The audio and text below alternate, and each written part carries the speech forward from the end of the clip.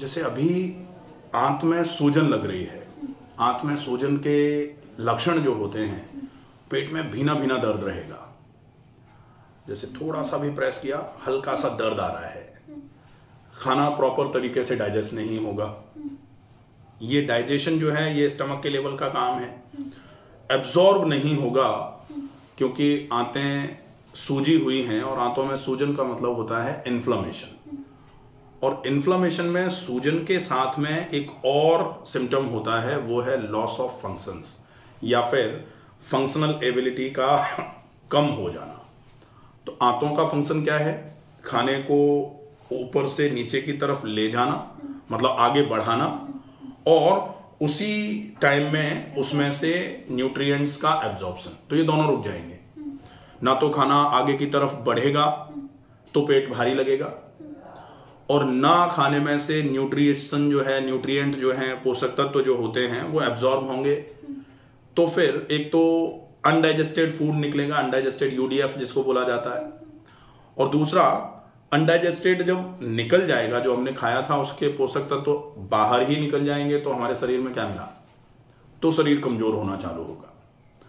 अब वो कमजोरी जो है वो कई प्रकार से शरीर में रिप्रेजेंट करेगी अपने आप को, और कभी कभी ये कमजोरी शारीरिक होने के साथ साथ थोड़ी मानसिक हो जाती है, तो मानसिक चिड़चिड़ापन बढ़ जाता है। लोग कहते हैं साइकोलॉजिकल हो, सर दर्द होगा, वो तो स्टमक के लेवल पर डिस्टेंशन जो है ना उसकी वजह से ही हो जाएगा। पेट फूलेगा, सीने में भारीपन आएगा, गर्दन भारी हो जाएगी, आंखें भारी होंगी, ऐसा लगेगा जैसे आंखों पे किसी ने गर्म कुछ रख रखा है।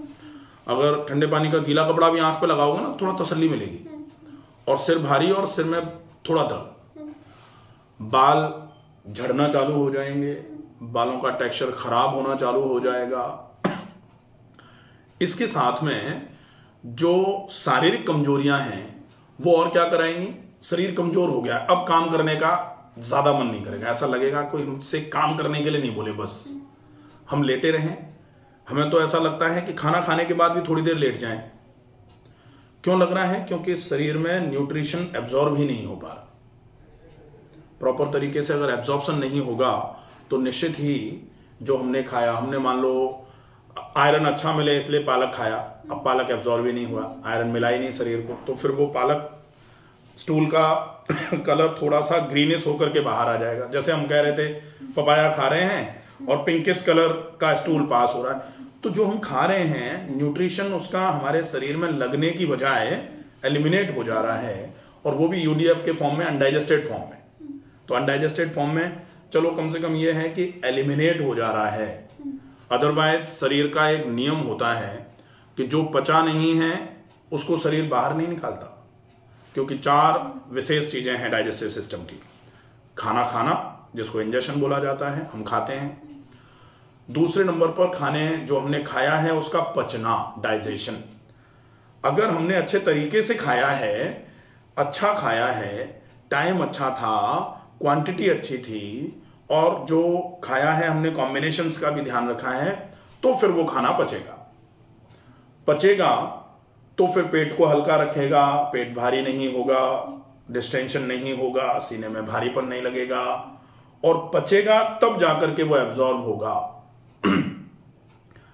अगर एब्जॉर्ब होगा तो फिर जब पोषक तत्व खींच लिए जाएंगे शरीर में, तो फिर बेकार का, बिना पोषक तत्वों वाला भूसे टाइप का जो बेकार है, जो शरीर के किसी काम का नहीं है, अब उसको आगे बढ़ा करके बड़ी आंत पर धकेल करके उसमें से पानी और थोड़ा बहुत जो न्यूट्रिशन बचा है उसको खींच। जैसे कभी गन्ने का जूस निकलते देखा है ना, पहले गन्ना डालते हैं और उसमें से बेसिक रस निकल के आ जाता है, लेकिन उसके बाद जो गन्ना जाता है उसको दोबारा उसको डालते हैं ताकि उसमें से भी जो बचा हुआ रस है वो भी पूरा निकल के आए।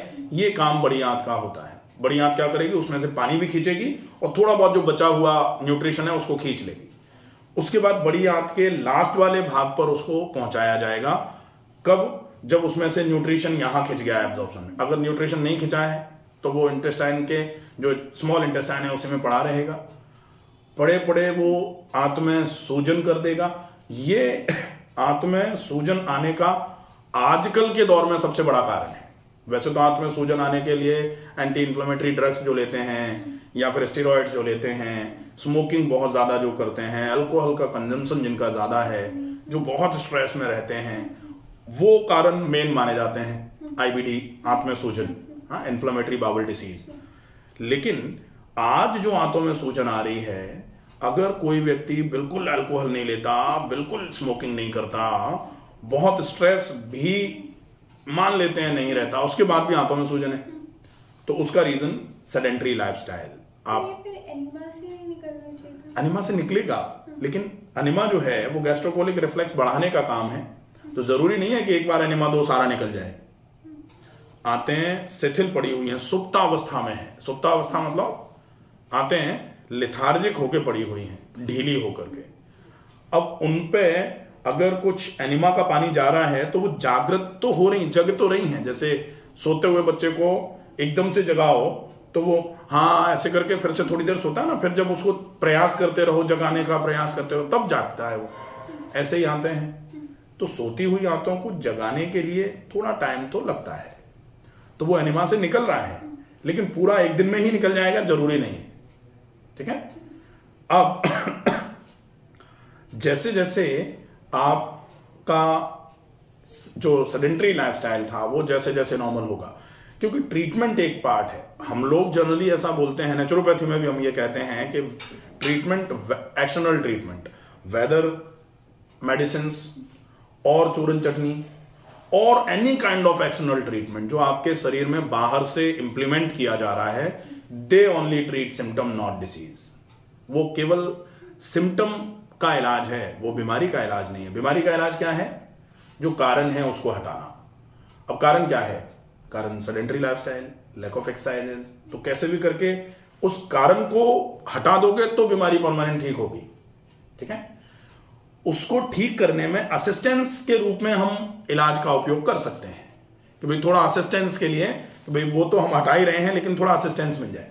अब उस असिस्टेंस में आपको नेचुरोपैथी में क्या क्या ट्रीटमेंट दिया जा रहा है? सबसे पहले आप सेक कर रहे हैं पेट का, फिर मिट्टी की पट्टी कर रहे हैं।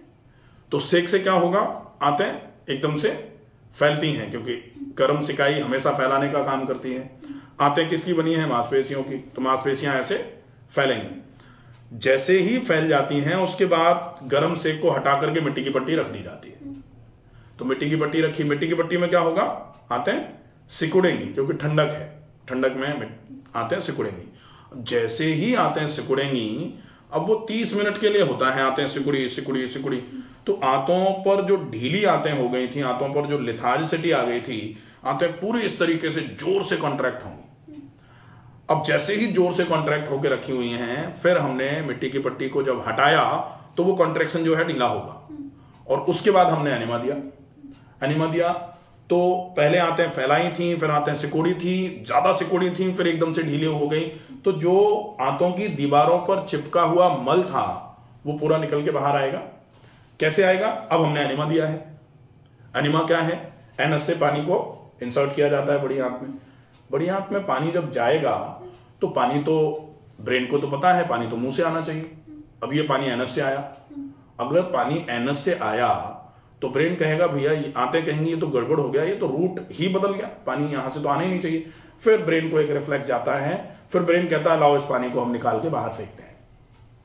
तब ब्रेन उस पानी को बाहर निकालने के लिए, जो कि गलत रूट से एंटर किया है, एक रिफ्लेक्स पैदा करता है, और उस रिफ्लेक्स को बोला जाता है गैस्ट्रोकोलिक रिफ्लेक्स। अब ये गैस्ट्रोकोलिक रिफ्लेक्स अगर जनरेट हो गया तो आपका मूवमेंट आंतों का जो स्टमक टू एनस है वो बढ़ जाएगा, वो पेरिस्टाल्सिस मूवमेंट बढ़ेगा। तो वो मूवमेंट हम किस किस से और बढ़ा रहे हैं? एक तो ये ट्रीटमेंट हो गया, सेक मिट्टी पट्टी एनिमा, दूसरा ऑयल पुलिंग हो गया, तीसरा खाने को ज्यादा चबाना हो गया, चौथा पेट का गर्म ठंडा सेक और कर रहे हैं, तो पेट का गर्म ठंडा सेक हो गया। इसके बाद हम गर्म ठंडा कटी स्नान और कर रहे हैं, तो गर्म ठंडा कटी स्नान हो गया। फिर हम ऐसा खाना दे रहे हैं जो बहुत इजीली पच जाए, तो वो हो गया। फिर एक्सरसाइजेस कराई जा रही हैं, तो एक्सरसाइजेस से क्या होगा? मूवमेंट बढ़ता है, चाहे वो ब्लड का हो, चाहे वो फूड का हो, इंटेस्टाइन्स में सारे मूवमेंट्स अच्छे होते हैं, डेफिनेटली ये समस्या ठीक हो जाएगी। तो आंतों में सूजन को ऑलरेडी 7 days हो गए। हाँ, कभी कभी टाइम लगता है। ऑलमोस्ट कितने दिन लगने चाहिए? मैं ये नहीं ये मानो कि इस पूरी समस्या को खत्म होने में, एनिमा तो अपन बंद करेंगे अब, ठीक है, लेकिन इस पूरी समस्या को एंटायरली जड़ से खत्म होने में कम से कम 3 महीने का टाइम लगना है। 3 महीने स्ट्रिक्टली फॉलो अप करोगे, तब बीच में छोड़ दोगे तो वो 3 महीने कहां से शुरू होंगे पता नहीं है।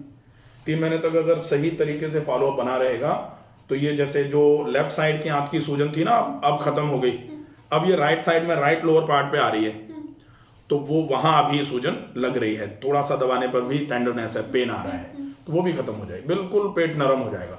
और पुराने समय से कहावत कही जाती है ना, सिर ठंडा पेट नरम पैर गरम, तो अपना पेट नरम होना चाहिए। अगर वो टाइट हो रहा है तो गड़बड़ है, तो वो टाइटनेस जो है पेट की वो 3 महीने में गायब हो जाएगी, बिल्कुल पेट नरम होना चालू हो जाएगा, कोई इशू नहीं। ठीक है, तो घर पे जाके मुझे एनिमा लेना पड़ेगा? नहीं, एनिमा नहीं रखेंगे घर पे, अब एनिमा हो लिया एनिमा का काम। अब हम वो वाला काम करेंगे, external treatment they only treat symptom. हम क्या कह रहे हैं, एक्सटर्नल ट्रीटमेंट को हमने असिस्टेंस के लिए यूज कर लिया, अब हम परमानेंट क्योर के लिए जो मेन रूट कॉजेज हैं उन पर केवल फोकस करेंगे। ठीक है, तो वो मैं कंप्लीट चार्ट लिख के दे दूंगा, उसको अपन घर पे स्ट्रिक्टली फॉलो करेंगे। ठीक है, डाइट और एक्सरसाइज दोनों चीजें।